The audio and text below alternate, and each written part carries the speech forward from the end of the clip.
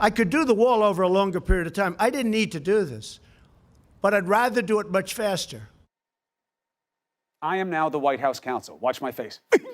That's what that person's face did when he said that. Look, you have to look at the law and the politics on this move. First, the law. Just minutes after declaring a national emergency, the president admitted to the world there isn't one at the border. I didn't need to do this. You're going to see those words. You're going to hear them in legal challenges, especially from the Democrats. And we have the man who's the tip of that spear, House Judiciary Committee Chair Jerry Nadler. Welcome back. Perfect timing. Good to see you. I you. got lucky with you tonight. So, do you believe that those words will weigh heavy in any legal reckoning of the move? They certainly will, because the lawsuit will say that there is no real emergency, and he'll say there's a real emergency. And the defense will be that the president decides whether there's an emergency. The court can't look behind that. And here the president is saying there's no real emergency. Right. That's a body blow to his case. Because the strongest part would be what you're saying. This has never been challenged. It's seen as open-ended. Emergency isn't even defined. And in statutory matters, if it's not defined, you go with the definition of the person empowered to make it. Well, but he just defined it with his The court words. might say that it's a political question between the two branches of government, right, and the court won't object to it. But if the president admitted up front that it's a political stunt and not a real emergency, I think that's very difficult. Now, you asked for answers. Mm-hmm. What do you want to know, and what happens if the White House says we're not answering your questions? Sue us. Well, we asked for a list of questions. Who advised them? What the advice was? Did they consider certain things, and so forth? I don't really expect to get answers. This White House is very arrogant and not going to give us answers. We will. Congress is adjourned for the week. We're out next week, but as soon as we come back, I am sure we will pass a resolution of disapproval in the House, pursuant to the emergency statutes, that mandates under the emergency statute the Senate consider the emergency disapproval within 15 days without any ability to filibuster. I anticipate there'll be a majority vote in both houses to disapprove the resolution. A majority vote in both houses. You think that there are enough Republicans to go against this president, something they've never done before? I think so. I can't be certain of that, but I think so, because you heard some of their statements. I mean, they're terrified of this, and rightly so. If the president can declare an emergency today on this, the Democratic president can decide that, as you mentioned, the 40,000 people a year killed in this country is a crisis, and why don't we take everybody's guns away, or force everybody to register their guns, or ban all assault rifles, or do all of that without congressional approval? I mean, this opens up tyranny or dictatorship. And now it may be something that the Republicans don't particularly oppose, but tomorrow the Democratic president could be something they hate.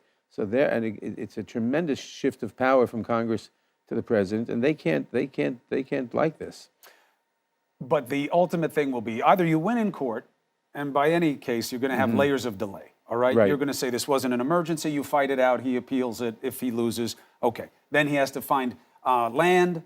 That's going to be a problem. But I am pretty confident we will win in court, because there are two layers, one of which nobody has talked about. Layer number one is it a valid emergency? And the court might find that it's not for the court to answer, that it's up to the president. Right. But the second layer is these pots of money that he's using are military pots of money. Under the Emergency Act, they can only be used for military purposes.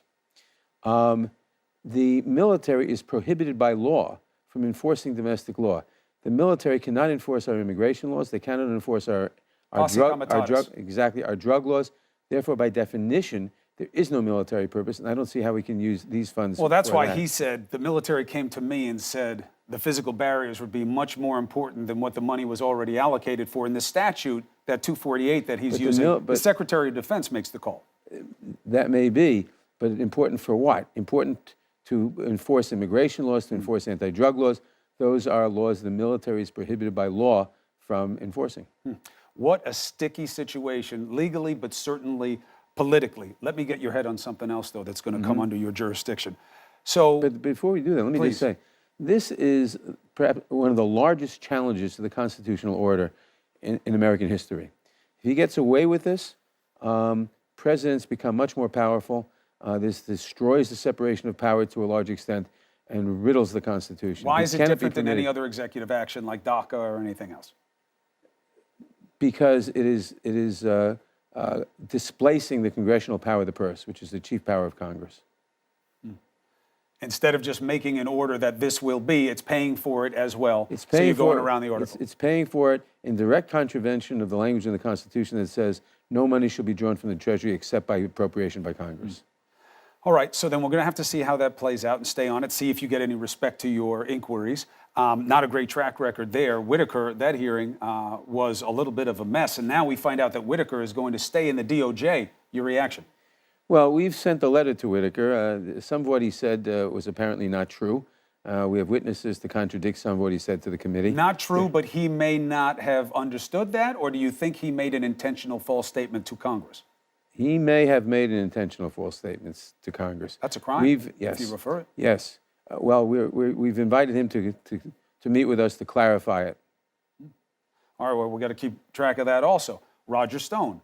Now, up to this point, correct me if I'm wrong on this, it has been about in the Mueller pleadings who Stone had gone to try to get to find out what WikiLeaks had and to put it out.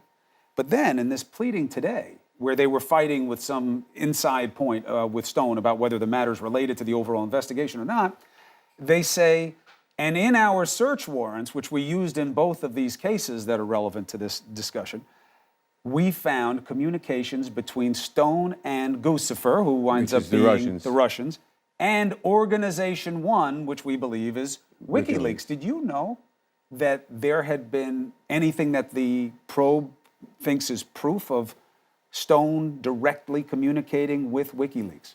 No, we didn't know this. This is why this may be why the president was so upset at the execution of the search warrants at Roger Stone's house, because that's where they found all this material.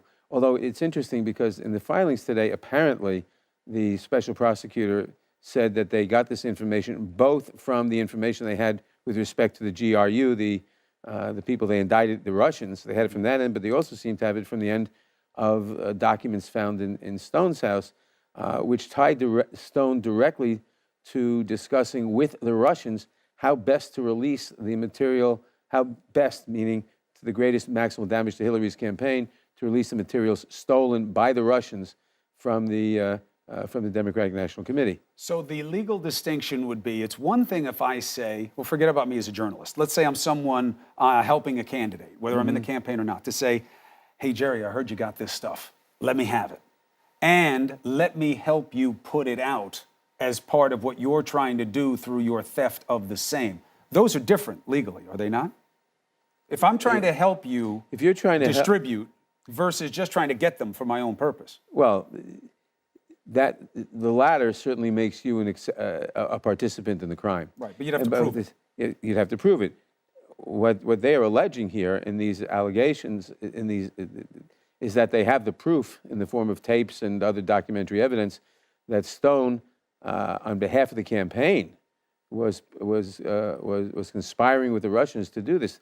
This is a direct connect. This is the missing link. This, if true, it's the direct connection of the campaign conspiring with the Russians, of the Trump campaign conspiring with the Russians. Where do you think we wind up? Because after the probe puts out its report, hopefully we get it. That answer seems to get more and more cloudy. Luckily you guys are starting to ask some questions about it. But the report comes out at some point. You have to get it in primary substance. What do you think will happen next? Depends what all the evidence shows. Depends what all the evidence shows. I mean, we have to get this report out to the American people so they know it. Unfortunately, the regulations under which this special prosecutor is operating are not the same under which Ken Jaworski operated, which said you must have a report to Congress. This simply says a report to the Attorney General. We will get that material out one way or the other. If he refuses to get it out, our committee will subpoena it. We can invite Mueller to testify. We'll get it out. I also think that when you start seeing this kind of thing put out here, this is Mueller getting out the story before that report. Well, he's been redacting a lot of stuff, if anything. Yeah, but he's showing a lot of material, and we'll see more of that. But we have to get all this material because we have to see, Richard Nixon famously said, the American people have to know whether their president is a crook. Right. That was true then, it's true now. Do you believe at the end of the day that this will be a reflection of not just the actions of those around the president, but the president himself? I do believe that because it's hard to believe that the president sits on top of a pinnacle in which all the top people are conspiring with the Russians or seeking to conspire with the Russians. Almost all of them are indicted or convicted for, among other things, lying about contacts with the Russians, and he knows nothing about it. Not all, but many. You're And right. he's the only person who knows nothing about Right. it. It's difficult to believe. But in that That's context, we'll different from only saying know it- what you can show. Yes, saying it's difficult to believe is different from saying I can prove it. Right. And that's going to be a meaningful distinction as we go forward. This was a very fruitful conversation on a Friday night. So many pressing matters. Thank you for helping us understand you. them better. Be well.